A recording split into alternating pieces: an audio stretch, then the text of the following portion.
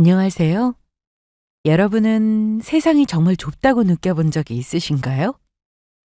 제가 살아가면서 느낀 게 하나 있는데, 사람은 겸손하고 정직하게 살아야 한다는 것입니다. 언제 어디서 누군가를 만나게 될지는 아무도 모르기 때문이죠. 세상이 정말 좁다는 걸 제대로 경험했거든요. 아마 이걸 제대로 느꼈을 사람은 저보다 전 남친이었을 겁니다. 생각 없이 한 행동 때문에 소중한 사람을 잃고 뒤늦게 후회해봤자 소용없다는 걸 알았을 테니까요. 또한 욕심이 과하면 화를 부른다는 말도 뼈저리게 느꼈을 겁니다. 저는 어린 시절 지방에서 살았는데 서울에 있는 대학교에 합격하게 되면서 서울살이를 시작하게 되었습니다. 저보다 부모님이 제 합격 소식에 더 기뻐하셨는데요. 아니, 정말 합격이야? 여보, 여보!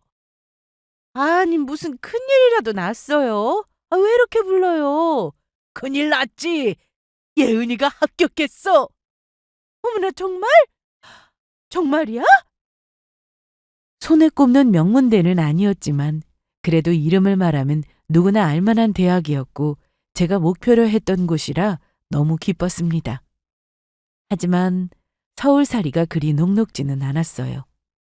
기대에 부풀어 학교 근처 하숙집에서 생활하기 시작했는데 서울에 아는 사람 하나 없던 처음에는 많이 외로웠습니다. 하지만 대학교 친구들과 친해지면서 아는 사람이 하나둘씩 생기게 되었고 대학교 근처 아니면 어디가 어딘지 잘 모를 정도로 길치여서 항상 길을 헤매곤 했는데 졸업할 때쯤 되니 서울 지리도 제법 잘 알게 되었습니다. 졸업 후 저는 회사에 바로 취직도 했는데 대기업은 아니지만 그래도 탄탄한 회사에 입사하여 저축도 하고 부모님께 용돈도 드릴 정도로 돈을 벌며 일하게 되었습니다. 너 무슨 돈이 있다고 또 용돈을 보냈어? 조금 보냈어. 저축하지 않고선. 저축할 돈이야 당연히 있지. 그래, 알았어. 고마워. 그런데 다음부턴 이렇게 많이 보내지 말고 너 써. 엄마는 제가 용돈을 보내면 꼭 전화하셔서 한 소리 하셨습니다. 하지만 내심 목소리는 밝으셨어요. 자식한테 용돈을 받으니 기분이 좋으신 거겠죠. 그래도 제가 자주 보내면 꼭 돌려보내곤 하셨으니 아주 가끔씩 용돈을 보내드려야 했네요. 저는 한동안 취업을 하고 나서도 하숙집에서 계속 생활했는데 회사에서 거리도 있었고 어느 정도 돈도 모으고 나니 회사 근처 원룸 정도는 얻을 수 있어서 나왔습니다. 그렇게 안정된 생활을 하다 보니 저에게도 남자친구가 생기게 되었습니다. 대학교 친구의 소개로 만났는데 저와는 달리 서울에서 나고 자란 사람이었습니다. 부모님이 농사를 지으시면 집이 시골이겠네요? 다 그렇게 말하곤 하는데 막상 가보면 또 완전 시골은 아니에요. 조금만 나가면 시내도 있고 버스도 잘 되어 있고. 기회 되면 저도 한번 가보고 싶어요. 저는 친척들이 다 서울이라서 명절에도 서울을 벗어난 적이 없었거든요. 나중에 기회 되면 제가 동네 구경 시켜드릴게요. 와, 정말요? 그럼 서울은 제가 책임질게요. 제가 모르는 곳이 없거든요. 그래서 데이트할 때는 주로 남자친구가 여기저기 저를 데리고 다니며 서울 구경을 시켜줬어요. 고궁도 많이 가봤고 젊은 사람들이 많이 간다는 하플도 남친 덕분에 가보게 되었죠. 남자친구와는 꼬박 2년을 만났는데 성격이 정말 좋았어요. 모나지 않고 둥글둥글한 성격의 남자친구는 저와 만나면서 많이 배려해주는 모습에 반했습니다. 여기 맛있지? 응. 그런데 자긴 쌀국수 별로 안 좋아하잖아. 난 다른 거 먹어도 되는데. 그동안 나 때문에 매번 다른 것만 먹었잖아. 그리고 쌀국수도 먹다 보니까 입에 맞네? 그래? 너랑 만나다 보니까 입맛도 변해가는 것 같아. 남자친구와 함께 있으면 마음이 편해지고 안정감을 느끼곤 했는데 무던한 성격이라 그런지 화도 잘 내지 않았습니다. 한 번은 제가 기분 나쁜 일이 있어서 남자친구에게 화도 내고 짜증을 낸 적이 있었는데 그 상황에 웃더라고요. 왜 웃어? 기분 나쁘게? 아니야. 아니, 왜 웃냐고! 귀여워서. 뭐? 자기 화내는 게 귀여워서 웃었어. 미안해. 그만 화 풀어라, 어? 남친은 거의 이런 식이었습니다. 제가 화를 내면 같이 화를 내지도 않고 항상 받아주기만 했거든요. 그렇다고 제 화를 있는 그대로 다 받는 게 아니라 제가 더 이상 화를 내지 못하게 만들었죠. 그래서 싸움이 길게 가지는 못했어요. 그리고 그날 서로 다투면 꼭 다 풀고 집에 가야 했기에 집 앞에서 웃는 얼굴로 헤어지곤 했습니다. 특히 제가 무슨 얘기를 하면 항상 진지하게 들어주었는데요. 고민을 털어놓으면 같이 해결책을 찾기도 했고 어떤 일에 도전해보고 싶다고 하면 잘할 수 있다고 응원해줬고요. 저번에는 제가 갑자기 한국사에 관심이 생겨서 시험 준비를 해보겠다고 했을 때가 있었는데요. 자기도 같이 준비를 해보겠다고 하더라고요.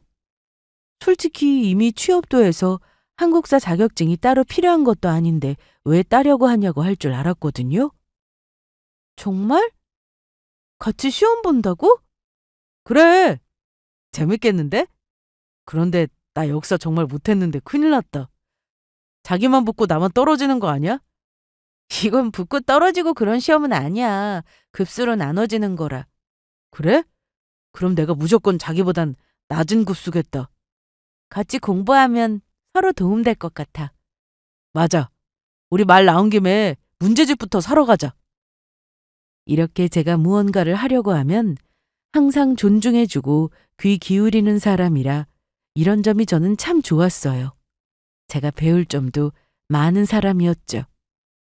그래서 저희는 같이 공부를 시작해서 시험을 보고 자격증도 같이 땄답니다. 하나둘씩 이런 추억이 쌓이면서 서로 말하지 않아도 저희들은 결혼을 생각하고 있었습니다. 그렇게 진지하게 만나고 있었기에 제 고등학교 절친에게도 남자친구를 소개해 주었어요. 제 친구들은 고등학교 때까지 고향에서 같이 지내는데 저처럼 대학교 때문에 서울에 올라가거나 아니면 회사 때문에 서울로 올라와 살게 된 친구들이 몇 명 있었습니다. 그중에서 저와 제일 친했던 지수라는 친구와 오랜만에 연락이 닿으면서 남자친구도 같이 만난 적이 있었어요. 지수야! 올, 김예은, 왜 이렇게 세련됐어? 서울물 먹으면 다 이렇게 되는 거야? 나 좀 이뻐졌어? 그런 것 같기도 하고, 아닌 것 같기도 하고. 으, 넌 여전하다. 야, 그런데 서울은 언제 올라왔어? 한 달 됐어. 그럼 진작에 연락하지. 뭐가 그렇게 바빴어?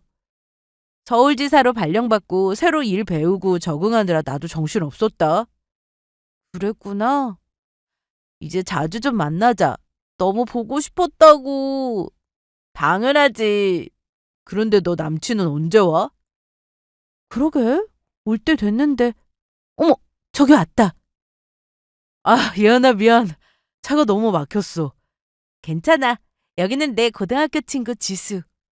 안녕하세요. 이정수라고 합니다. 네, 안녕하세요. 말씀 많이 들었어요. 그래요? 좋은 얘기겠죠? 네, 그럼요. 제가 이 근처에 맛있는 식당 아는데 거기로 가시죠? 그렇게 제 친한 친구와 같이 만났는데 남자친구의 매너가 얼마나 좋은지 친구는 정말 괜찮다면서 어디서 이런 남자를 만났냐고 할 정도였습니다. 지수야, 잘 들어갔어? 그럼. 야, 근데 네 남친 진짜 괜찮더라?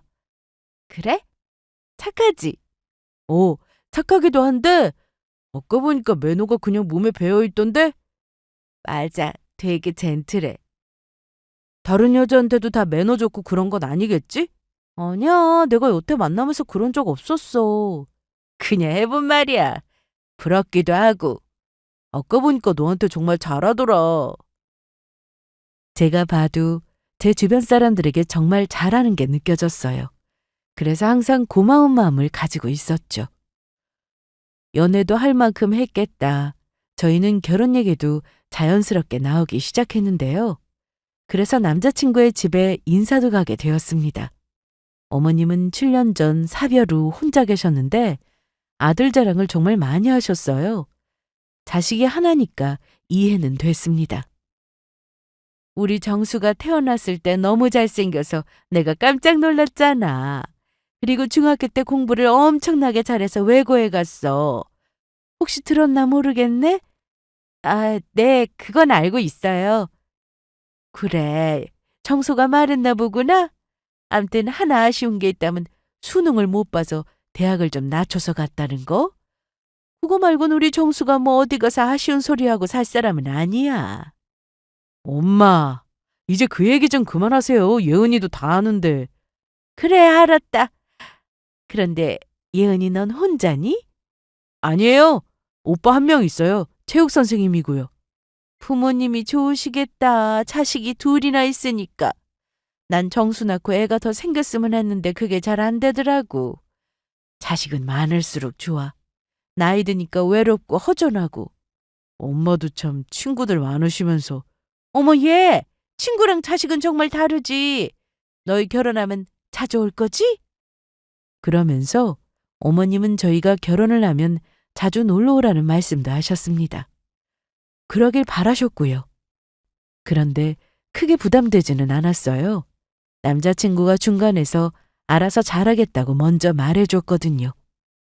아까 우리 엄마 말 너무 신경 쓰지 마. 무슨 말? 아, 자주 오라고 하신 거? 그냥 말씀만 그러신 거야. 우리 엄마 되게 바쁘거든. 낮에 친구들 만나러 나가시고 모임도 정말 많아서 주말에도 집에 없으실 때 많으시고. 친구분들이 정말 많으시구나? 나보다 더 많으실걸? 전에 개모임인가 아줌마들 그런 거 많이 하잖아. 그거 했다가 엄마가 돈을 잘 굴렸는지 그게 소문나서 여기저기 한다는 사람이 많아지고 그래서 그때 친구들이 많이 생겼다고 하더라고. 가끔 그분들이 집에 놀러 오기도 하고. 내가 이 나이에 엄마 친구들한테 용돈도 받는다니까? 어머님은 여기저기 발이 넓으신 것 같았어요. 그리고 남자친구가 어머님 말씀을 너무 신경 쓰지 말라며 자기가 다 알아서 한다고 하니 그 말도 믿음이 갔습니다. 예비시댁에 인사를 했으니 남자친구도 저희 집에 인사를 가야 했는데 저희 부모님은 지방에서 농사를 짓고 계셨기 때문에 하루 시간을 내야 했습니다. 그렇다고 엄청 먼 시골은 아니었어요. 서울까지 부모님이 올라오시는 게 힘들다 보니 저와 남자친구는 토요일 아침 일찍 부모님을 뵈러 내려갔습니다. 여기야? 응, 차는 여기다 세운대. 그런데 집에 아무도 없는 것 같네? 다들 어디 가셨어? 우리 오는 거 모르시나? 아니야, 내가 미리 말씀드려서 아시지. 그런데 지금이 한참 바쁠 때라 일하러 나가신 것 같아. 내가 전화해 볼게.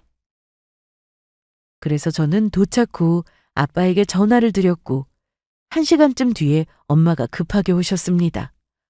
예은아! 엄마! 오느라 고생했지? 차 타고 편하게 왔지 뭐. 정수 씨, 여기는 우리 엄마야. 인사드려. 안녕하세요. 이정수입니다. 그래요. 먼 길 오느라 고생 많았어요. 많이 기다렸죠? 아유, 내 정신 좀 봐. 일하고 오느라 작업복 차림인데 금방 옷 갈아입고 올게요. 천천히 해, 엄마. 그런데 아빠는? 아빠는 마무리할 게 있어서 그거 하고 오실 거야. 해가 지고 아빠까지 집에 오시자 저희는 다 같이 저녁을 먹었는데 엄마가 미리 삼계탕을 해놓으셨더라고요. 그래서 정말 맛있게 먹었습니다. 하루 자고 갈 생각으로 내려온 거라 저녁을 먹고 동네 구경도 할 겸 산책도 할 겸 해서 남자친구와 둘이 나왔는데 좀 불편해하는 얼굴이었습니다. 자기 많이 불편해? 아니야, 괜찮아. 좀 어색해서 그래. 그런데 벌레가 정말 많다. 당연하지. 조금만 더 가면 다 논이고 밭인데. 참, 형님은 안 오시나? 늦게나 도착한다고 했으니까 곧 오겠지. 오빠는 다른 지역에서 혼자 살면서 체육 선생님으로 일하고 있었는데 제가 결혼할 사람을 데리고 온다고 했더니 늦더라도 꼭 온다고 했습니다. 사실 저희 본가는 서울에서 3시간이면 오는 거리라 아침 일찍 왔다가 저녁 때 올라가기도 했습니다. 하지만 온 김에 오빠도 보고 가려고 하루 자고 가기로 한 거였죠. 그렇게 늦게 도착한 오빠와도 서로 인사를 나누고 저희는 집에서 하루 자고 다음날 아침 일찍 서울로 올라왔는데요. 처음엔 남자친구가 많이 불편해하는 것 같더니 그래도 다음날은 밝은 표정이어서 마음이 놓였습니다. 양가에 인사도 드렸고 저희는 얼마 뒤 상견례도 했습니다. 그런데 이제 슬슬 결혼 준비를 하면 되겠다고 생각하고 있었죠. 하지만 문제가 생겼습니다. 상견례를 한 지 이틀 만에 어머님으로부터 문자가 한 통 왔는데 그 내용이 좀 씁쓸했어요. 긴 내용도 아니었습니다.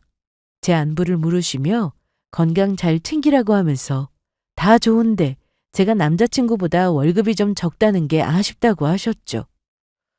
이런 문자를 왜 보내신 건가 싶어서 바로 전화를 드려볼까 하다가 남자친구에게 전화했습니다. 정수 씨, 지금 통화돼? 괜찮아. 왜? 좀 전에 어머님이 문자를 하나 보내셨는데 혹시 어머님이 우리 결혼 반대하시는 거야? 어? 엄마가 뭐라고 보냈어? 월급 얘기를 하시던데 내가 정수 씨보다 적게 받는 게 좀 아쉽다고 하시면서. 솔직히 엄마가 전부터 얘기하던 부분이었어. 그럼 상견례 때는 왜 아무 말씀도 안 하시다가 이제 와서 이러시는 거야? 내가 예은이 너랑 꼭 결혼해야겠다고 해서 엄마도 많이 양보하고 상견례까지 했던 거야. 너 처음 우리 집에 다녀가고 엄마가 나한테 너에 대해서 이것저것 물으셨는데 월급 얘기를 했더니 너무 차이 나는 게 아니냐고 하셨거든. 남자친구는 저보다 연봉이 1,500 정도 높습니다. 그러니 월급도 좀 차이가 났죠. 하지만 배 이상 차이가 나는 것도 아니어서 저는 크게 문제되는 부분이라 생각하지 못했는데 다른 문제도 아니고 월급으로 결혼 반대를 하실 줄은 몰랐습니다. 예은아, 내 말 좀 들어봐. 난 우리 엄마랑 생각이 달라. 난 그런 거 아무 상관없어.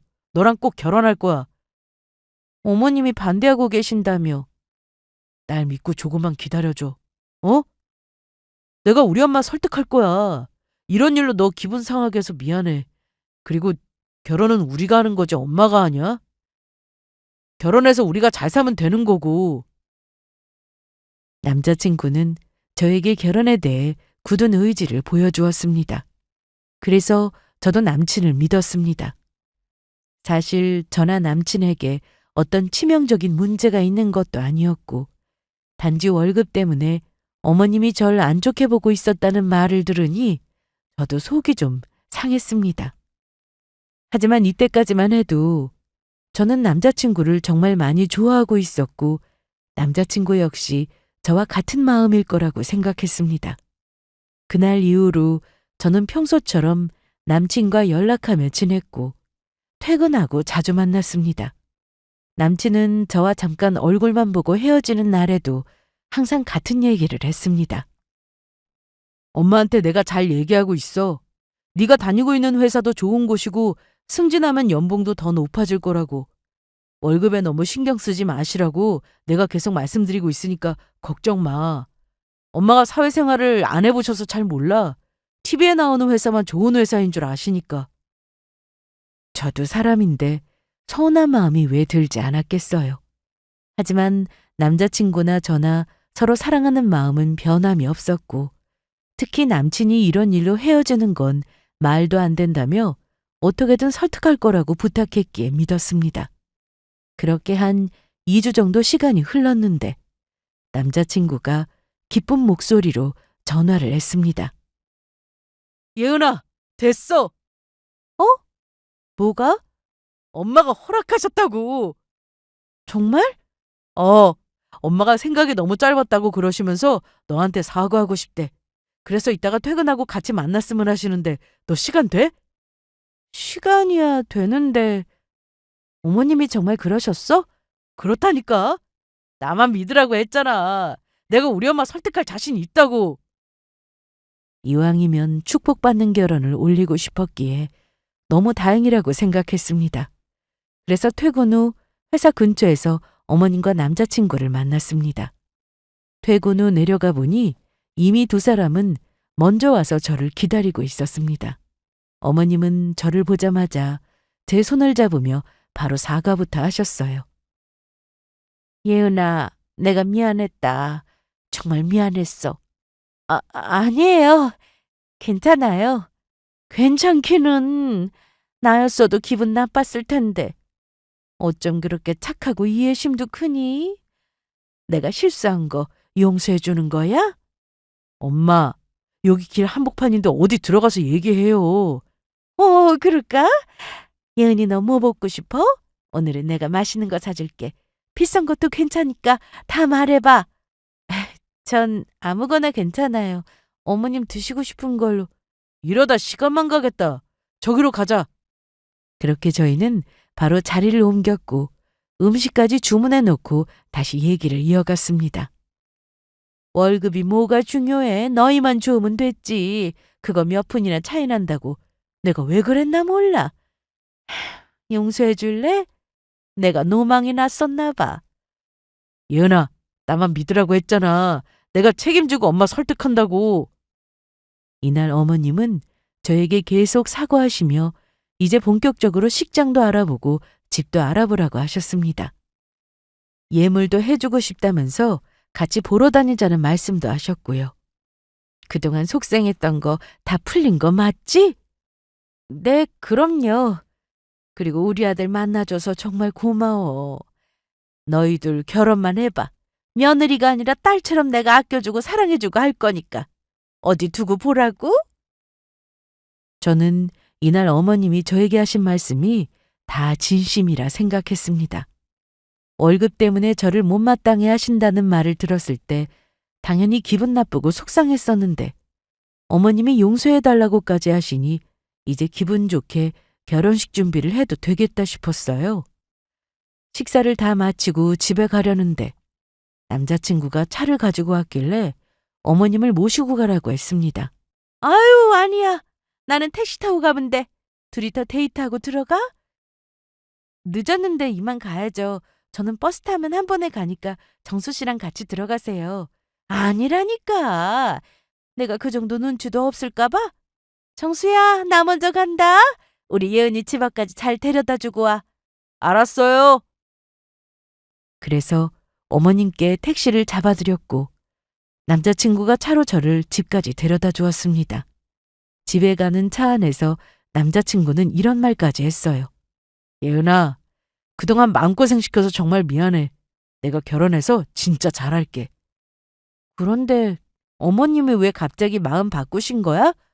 갑자기라니.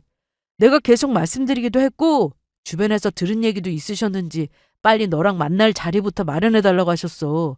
큰 실수한 것 같다면서. 저는 그 말을 들으니 마음이 한결 가벼워졌습니다. 다행히 양가 축복 속에 결혼식을 올릴 수 있게 되었구나 싶었으니까요. 어머님도 저에게 충분히 사과도 하셨으니 그걸로 됐다고 생각했네요. 저희 부모님께는 이 사실을 알리지 않았는데요. 아시면 속상해하실 게 뻔했고 남자친구가 기다려달라고까지 부탁까지 했으니 잘 될 거라 믿었는데 다행히 일이 잘 풀리게 된 것 같았습니다. 그런데 집에 거의 다 와갈 때쯤 문자가 한 통 왔습니다. 보낸 사람은 어머님이었어요. 하지만 읽다 보니 잘못 보낸 메시지였습니다. 남자친구한테 보내야 했던 문자였죠. 이 시간엔 누구야? 아니야, 광고 문자. 그런데 뭘 그렇게 심각하게 들여다보고 있어? 무슨 내용인가 읽어봤지. 저는 급하게 핸드폰을 가방에 넣었고 집 앞까지 데려다 줘서 바로 집으로 들어왔습니다. 그리고 다시 그 문자를 확인했어요. 너무 기가 막히고 황당했거든요. 문자 내용은 이러했습니다. 아들, 우리 예은이 잘 데려다줘.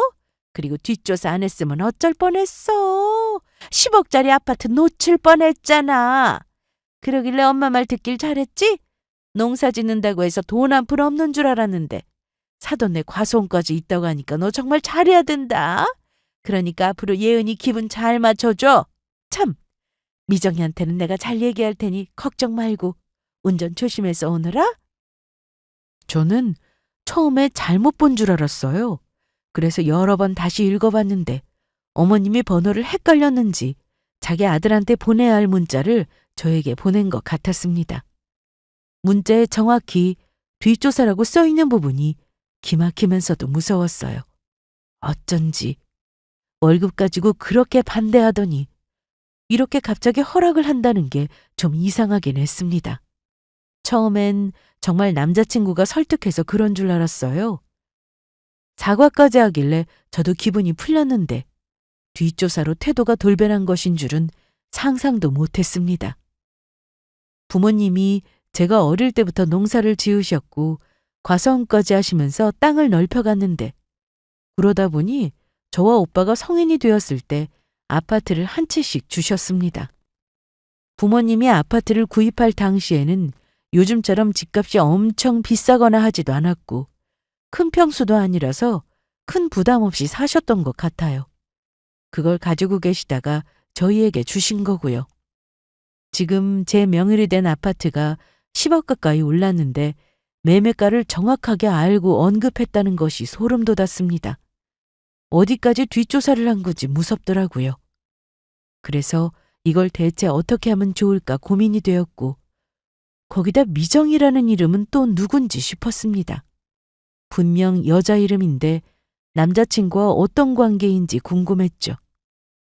당장 남자친구에게 전화를 걸어 이 결혼은 절대 못한다고 해버릴까 싶었지만 생각할수록 기분 나쁘고 괘씸했어요. 저와 똑같은, 아니 저보다 더 이 불쾌한 기분을 느끼게 해주고 싶었습니다. 그런데 진짜 세상 참 좁다는 말이 왜 있는지 알겠더라고요. 같은 동네에서 어린 시절을 함께 보내다 서울에서 다시 만났던 친구 지수가 저에게 큰 도움을 주었습니다. 바로 다음 날 회사에 출근해서도 여전히 고민 중이었던 저는 친구와 통화하면서 충격적인 사실을 또 하나 알게 되었고 그 때문에 제대로 된 복수도 할 수 있었습니다. 예은아, 너 결혼 준비 잘하고 있어? 그렇지 뭐. 정말이야? 남자친구랑 잘 만나고 있는 거 맞고? 왜 그러는데? 친구가 계속 결혼 준비에 대해서 자꾸 물어보니 뭔가 이상했습니다. 저는 전날 받은 문자 때문에 머릿속이 터질 것만 같아 신경 쓰고 있던 중이라 골치가 아팠는데 친구까지 이상한 질문을 하니까 짜증도 났어요. 그런데 그때 친구가 충격적인 얘기를 해주었습니다. 예은아, 놀라지 말고 내 말 들어봐. 우리 회사 동기 중 한 명이 얼마 전에 선을 봤다면서 마음에 들었는지 나한테 사진을 보여줬거든?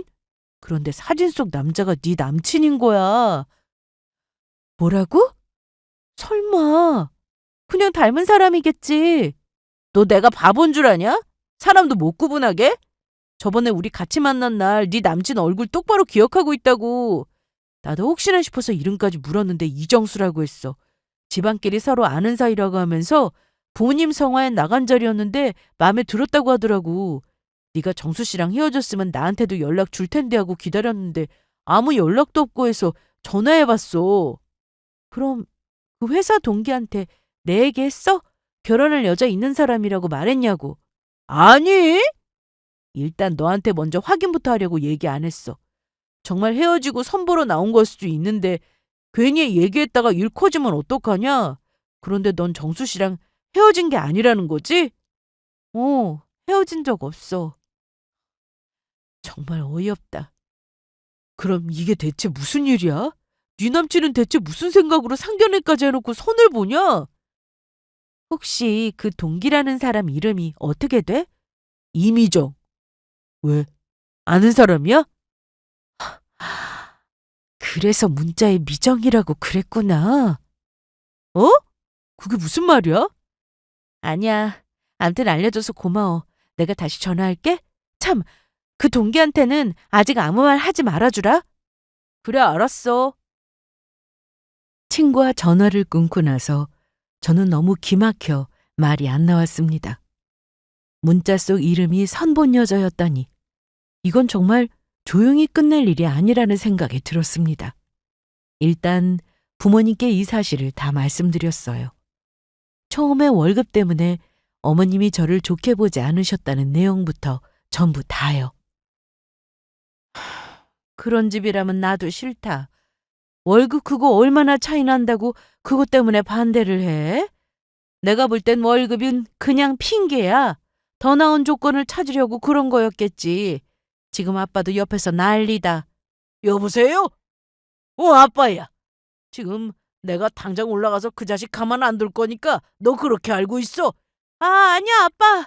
일단 진정해요. 내가 알아서 할게요. 뭘 알아서 해? 처음에 그쪽에서 너 반대한다고 할 때 진작에 말했어야지. 어머님이 사과하셔서 좋은 게 좋은 거라고 그냥 넘어갔던 거예요. 그럼 너 설마 그런 집인데도 결혼하겠다 뭐 이건 아니지? 아니에요. 절대 결혼 안 해요. 엄마도 속상해 하셨고 아빠는 당장이라도 서울로 오신다고 하시는 걸 겨우 말렸습니다. 저도 생각이 있었거든요. 아직까지 어머님이나 남자친구가 별 얘기가 없는 걸 보면 어머님은 저에게 문자를 잘못 보낸 거에 대해서 전혀 모르고 있는 것 같았습니다. 그래서 오히려 잘 됐다 싶었어요. 그리고 저는 많은 고민 끝에 친구에게 전화를 걸어 부탁을 했습니다. 그거야 어려운 건 아니지만 만나서 뭐라고 하려고. 다 얘기하려고. 어떻게 보면 그 여자도 피해보고 있는 거잖아. 아무것도 모르고. 그래, 알았어. 그럼 말 나온 김에 오늘 바로 만날래? 내가 너네 회사 쪽으로 갈게.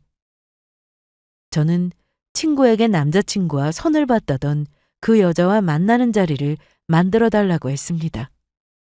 집안끼리 다 안다고 했으니 이게 최선이라 생각했어요. 남자친구에게는 아무 말도 하지 않았습니다. 아무것도 모른 채 망신이나 당해보라고 말이죠. 저는 퇴근 후 약속 장소로 가서 드디어 그 여자를 만났는데 친구가 대충 상황 설명을 했는지 열받아 있는 상태였습니다. 그러니까 결혼을 앞두고 있었다고요? 네, 상견례도 했고요. 기가 막히네요.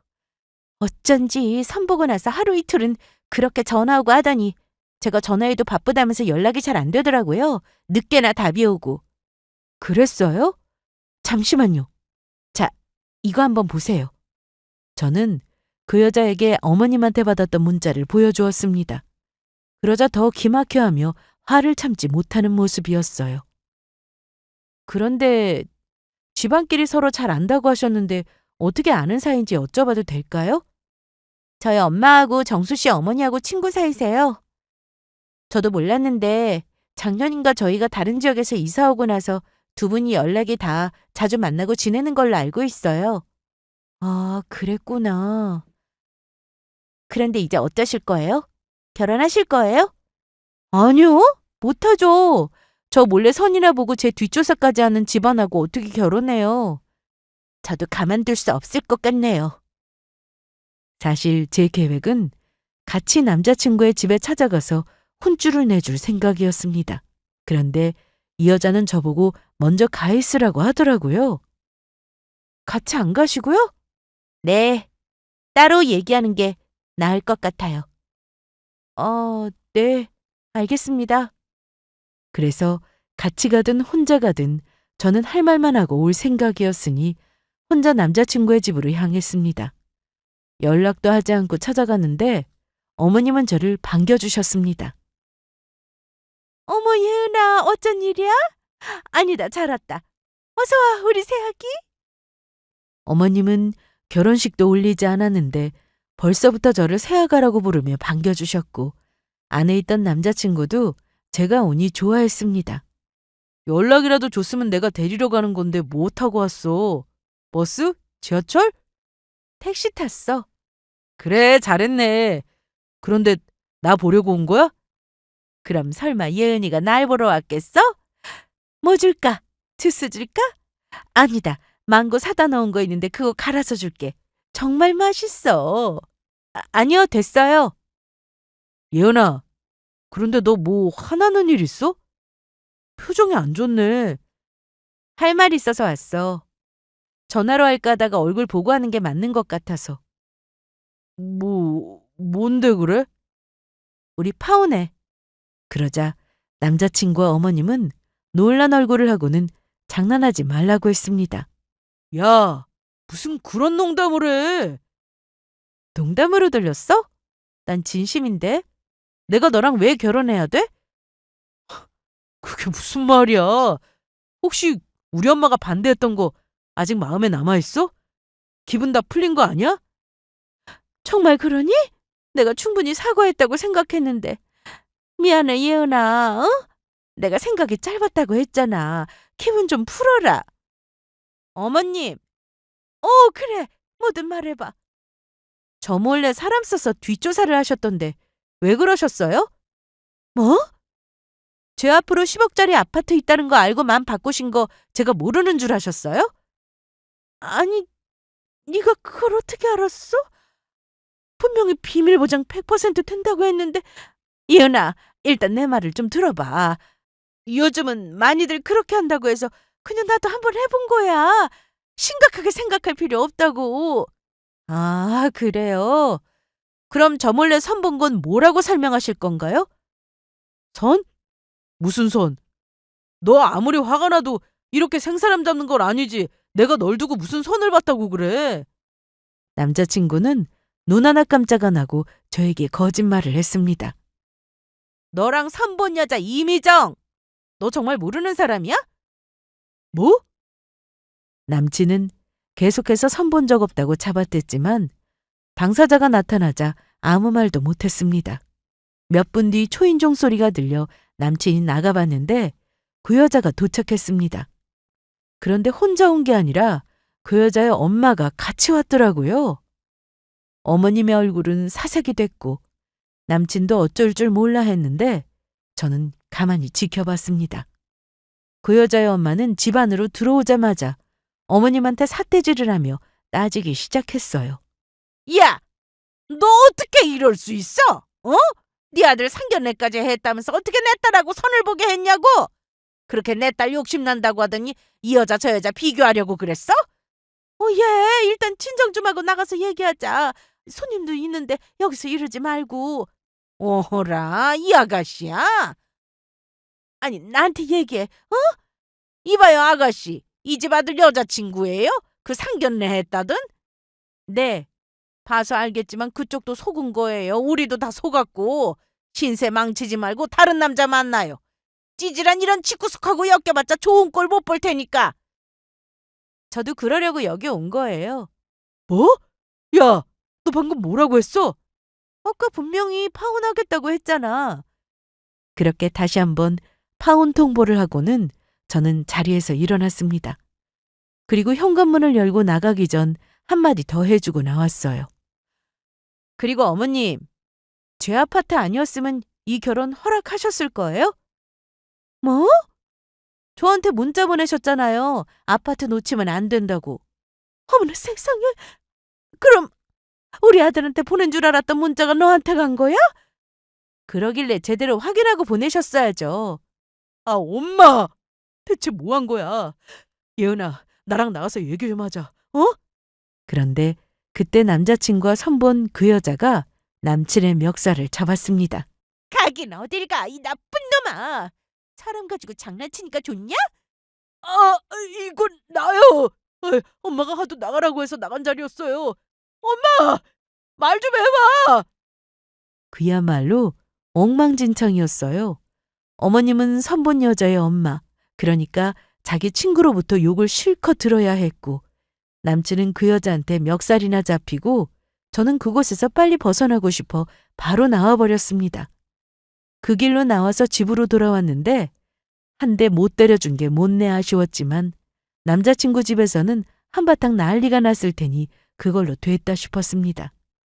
이날 그런 소란이 일어나고 집에 와서 자기 전에 친구와 통화를 하는데 회사 동기가 울면서 전화를 했다고 하더라고요. 예은아, 얘기 다 들었어. 동기랑 통화했구나? 자기는 진심이었대. 처음에는 선 보는 게 싫어서 몇 번이나 거절했다가 엄마가 하도 나가보래서 나갔는데 마음에 들었다는 거야. 그래서 잘해볼 생각이었다고 하더라고. 정말? 어, 그래도 이 사실 몰랐으면 계속 마음에 들 뻔했다고 차라리 잘 됐다고 하더라. 넌 어때? 괜찮아? 난 괜찮아. 나도 아까 할 말 다 하고 나왔거든. 진짜 왜 그러고 사는지 너무 한심하다. 요즘 결혼해서 이혼하는 사람이 얼마나 많은데 파혼이 대수냐? 기운내. 나 괜찮아. 미련도 없고. 그래, 마음 잘 추스르고 똥 밟았다고 생각하자. 알았지? 친구한테 들으니 그날 제가 먼저 집에 가고 나서도 그 선본 여자의 엄마는 난리를 피웠다고 하더라고요. 어머님이 끝까지 인정하지 않고 뻔뻔하게 나오니 더 열받아서 눈에 보이는 물건들을 다 집어던지고 그 선본 여자는 남자친구의 뺨까지 때렸다고 합니다. 맞을 짓 했죠. 저는 그런 일이 있고 난 뒤 다 끝났다고 생각하고 지냈습니다. 남친도 그날 이후 아무 연락이 없었거든요. 그리고 얼마 뒤 여름 휴가가 되어 저는 부모님 일도 도울 겸 해서 부모님 댁으로 내려갔습니다. 부모님은 벼농사를 하셨는데 이후 지인이 하시던 과수원을 싸게 넘겨받고는 지금까지 함께 운영하고 계십니다. 그러다 보니 땅 크기가 넓어 두 분이서 하시기엔 힘드셔서 가까이 사는 친척분들이 오셔서 바쁠 땐 서로 돕기도 한답니다. 저와 오빠도 주말이나 휴가 때는 꼭 내려와서 같이 일을 하곤 했고요. 엄마, 아빠, 이것 좀 드시고 가세요. 더운데 뭘 여기까지 나왔어. 집에 있으라니까. 일 도우려고 온 건데 집에만 있으라고? 그래도 너무 무리하지 마. 해가 뜨거워서 잘못하다간 쓰러진다고. 알았어요. 알아서 잘할게요. 내가 농사일 한두 번 하나? 그런데 저 멀리서 누가 제 이름을 부르는 소리가 들렸습니다. 누구지 싶어 고개를 돌려봤는데 글쎄 전 남친이었어요. 저기 예은아. 야, 너 내가 여기 있는 줄 어떻게 알고 왔어? 너 혹시 아직도 내 뒷조사하고 다니니? 아니야, 그런 거 절대 아니야. 너희 부모님 찾아뵙고 사죄드리고 용서 빌려고 왔어. 네가 와 있는 줄은 정말 몰랐다고. 어이가 없네. 네가 용서 빌면 우리 엄마 아빠가 받아준대? 시끄러우니까 돌아가. 저는 논에서 일하고 있었고 부모님은 과수원 쪽에 계셔서 전 남자친구가 찾아온 걸 가족들은 모르고 있었는데요. 아빠가 하시면 정말 큰일 날 것 같아 빨리 돌아가라고 했습니다. 하지만 기다린다고 하더라고요. 아빠 하시면 너 진짜 가만 안 두실 거야. 분명히 말했다. 괜찮아. 각오하고 왔으니까. 참나. 네 맘대로 해. 그런데 전 남친은 한참을 땡볕 아래 서 있더니 어지러웠던지 어디론가 가버리더라고요. 그래서 집에 돌아갔나 보다 하고 계속 일을 했는데 알고 보니 서울로 올라간 게 아니었습니다. 해가 지고 엄마 아빠 그리고 고모와 함께 집으로 갔는데 글쎄 집 마당에 전 남친이 혼자 앉아 있었습니다. 그 모습을 본 아빠는 난리가 났죠. 아니 너 이 자식, 너 지금 여기가 어디라고 찾아왔어? 어? 아버님, 죄송합니다. 용서 빌려고 왔습니다. 용서? 그게 용서가 되는 일이야? 너 잘 만났다. 우리 딸 상처 주고 넌 잘 살 줄 알았어?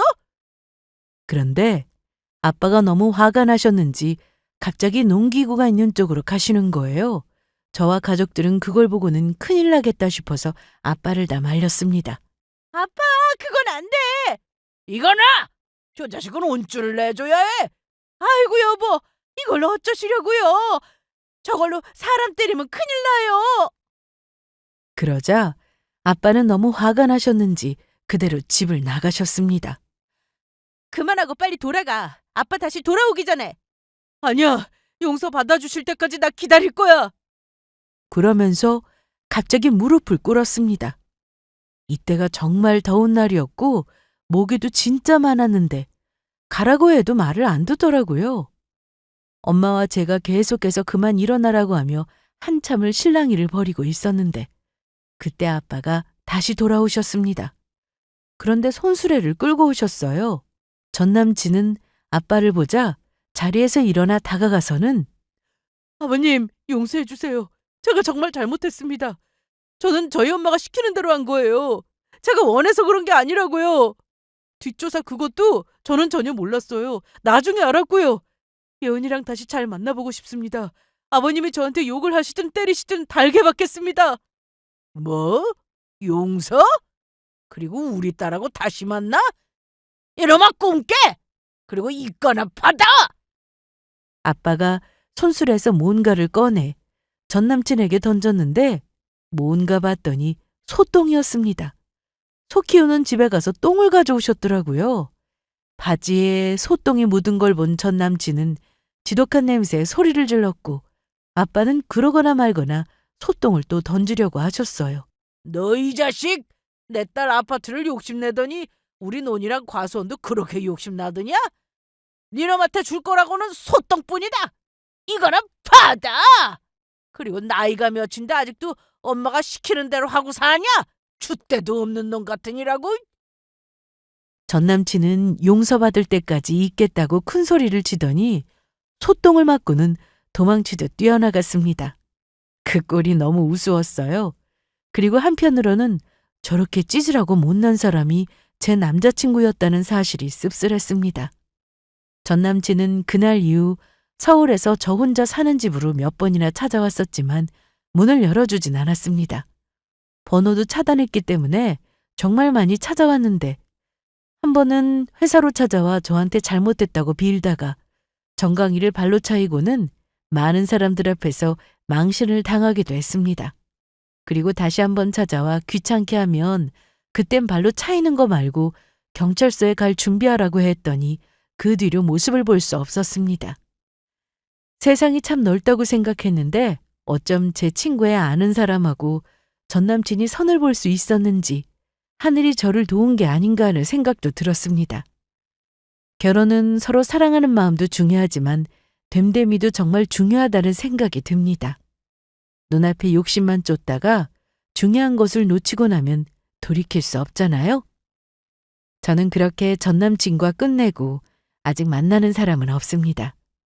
제 삶에 더 집중하고 싶어서 회사 일도 열심히 하고 부모님도 자주 찾아뵙고 있답니다.